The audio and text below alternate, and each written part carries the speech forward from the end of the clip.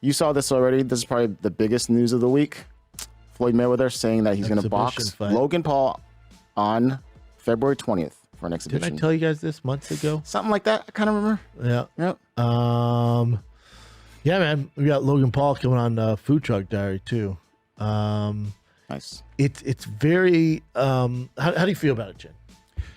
Well, where you at on it? If it's going to be a legit, like, real match, I thought this is a real match. No. Like a legit sparring exhibition match where they actually hit hard. I thought Logan Paul's just so much bigger and Floyd's so much better. It'll be a weird thing. It'll be like odd to see. Yeah, it's weird because Logan Paul is way bigger. Giant, yeah. Yeah, he's way bigger.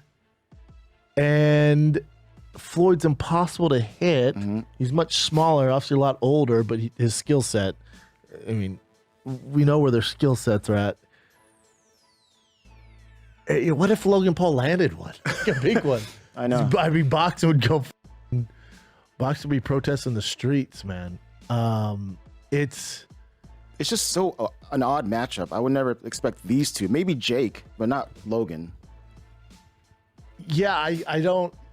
It's just it's boxing is just. You know, I guess this is the future. You know, it's. I mean, it's doing big numbers, so. Yeah, it's hard. If no one's paying attention to it, they wouldn't do this. Yeah. And also for Floyd, it's like, you know, it's not like he's going to fight a Canelo or Earl Spence or, you know, Bud Crawford or something like that. It's just he's older. He make huge paydays beating up these guys who, you know, don't have the skills. Mm-hmm. I guess that's the retirement game plan for Floyd, man. You can't hate on it because how much money he's making. I know. You know? If it's working, it's working. I mean, what are you going to do? Yeah, it's really tough, dude, to hate on what Floyd's doing. Or, you know, I keep telling you guys, or Logan Paul or Jake Paul, it's like those kids don't need money. They could have a surf competition and sell 1 million pay-per-views, but they choose to get in there and do this. I'm curious if obviously they're different levels because they're way more committed than Nate Robinson. But my question for him is like, obviously Nate Robinson getting knocked out like that's a huge blemish on his entire persona, public persona and career. You know, does that hesitate them at all? Because you don't really see it. And the other thing that's interesting is Logan Paul's last fight, he lost. Mm-hmm. Interesting. Yeah. I don't know if they even announced the location, but remember Floyd saying that he would have something big in Japan? Oh, yeah. So I wonder if they'll do it in Japan. Interesting. And check out these price points here. Well, set tickets on special, early bird special on sale now. Yeah. So this is an app too that it's a new app. That's what they're doing these days. These app companies want to do these huge events and make a ton of money. I dig it when they're launching. Instead of paying someone and giving them a platform or like you say, you know, you have a DAZN do or something like that, just own all your shit, dude. Seems like the path that they're going. And this I thought was cool. This is smart. $24.99 early pricing. That's right now. After 1 million pay-per-views sell, it's $39.99. And then December 29th, $59, and then February 11th, $69. Oh, that's smart. Yeah. That's really smart.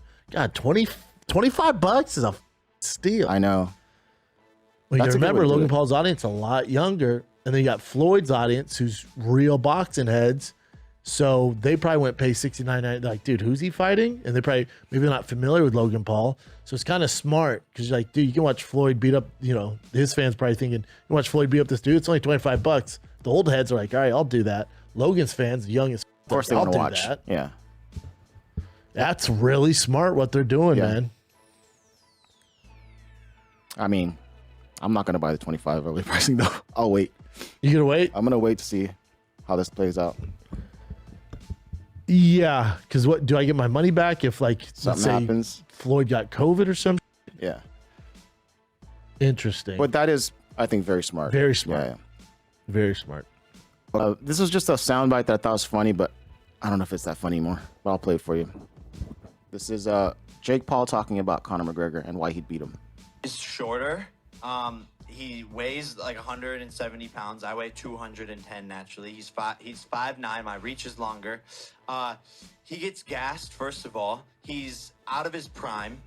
I'm coming into my prime in the next 36 months of boxing every single day and defeating his butt buddy Dylan Dennis, which I will do, defeating Ben Askren, which I will do. Let me ask you a question. I'm gonna up Conor McGregor, it's undeniable. It's already undeniable. What other fighter is giving him this much press? What other fighter has as big of a name as me? What other fighter can talk just as good as he can?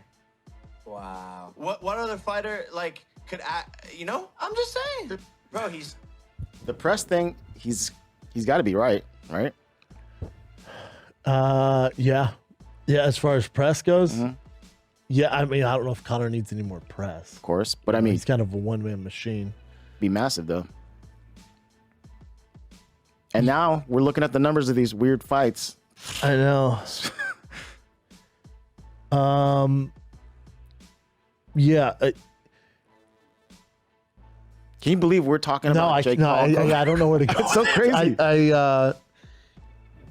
It's so crazy. I'll talk to Logan about it, and maybe Jake come on too. The thing that's tough when he goes, well, I'm bigger than him, my reach is on him. I get all that, Bubba. I get all that. There's a lot of bouncers in the world who are 6'6", 320 pounds, who are bigger and stronger and way more than Conor. And Conor would starch every single one back to back in a bar fight, let alone a real fight. But if you're Jake Paul, that's the only angle to go with, right? Because you can't say experience, you can't say speed, you can't say fundamentals, you can't say movement, you can't say. I'm speechless. It's crazy. Like, this is the narrative on the show now, where if we would, it's just crazy because, and I know people are like, dude, you're the one that promoted Conor versus Floyd. Yep. 2 professional fighters. Yeah, I was. One's one of the greatest strikers in mixed martial arts history in his prime, and the other was out of his prime, and it was a straight boxing match, and it just that made more sense.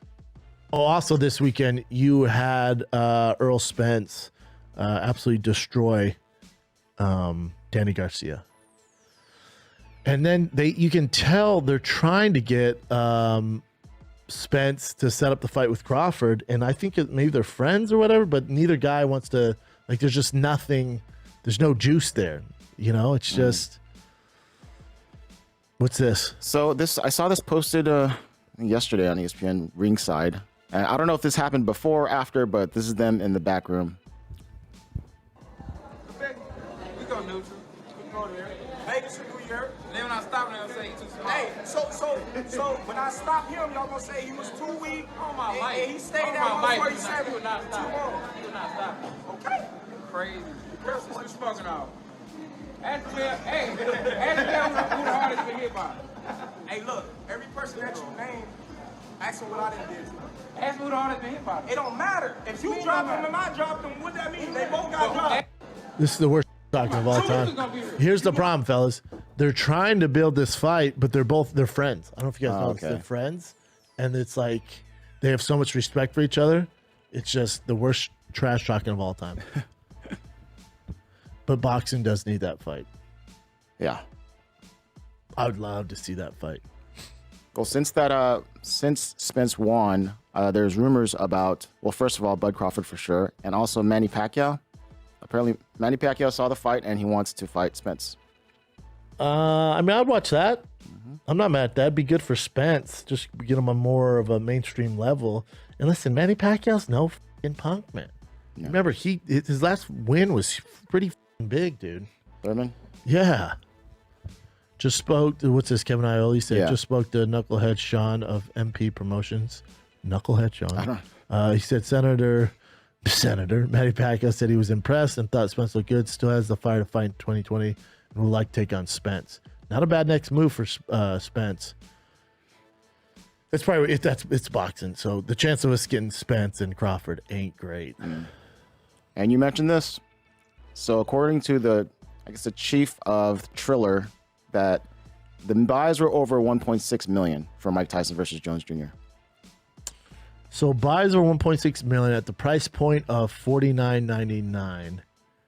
1.6. What was the biggest UFC? Was Khabib? For this year or Yeah. biggest of all time? No, it's like biggest of all 2.1 for Khabib. Let me double check that right now. Well, it can't be 2.1 if they just said that's the biggest. Just for the year though. So this is 2.4 for Khabib. Bro, I'm not looking for all time. I'm talking about this year. This year? Yeah. So it was like Jorge Masvidal and Colby Covington, I think. Which isn't. I think that beat. It's in this article here. So The UFC had to be close to it, right? Right here. To put that 1.6 number in context, UFC's biggest pay-per-view of 2020 was Jorge versus Kamaru Usman. Tomorrow, yeah. Then they don't give the numbers. With 1 million buys, UFC 253, AZ Paulo Costa 700. Yeah, but it's also $15 more. Interesting. So if UFC's biggest was 1 million flat, they beat that by 0.6, 600,000. Interesting. That's a huge number. I told you I didn't think it would be that 1.6. much. I thought Yeah. it'd be well over a million. Yeah, I didn't think so. Good for them, man. Hopefully they made a ton of money.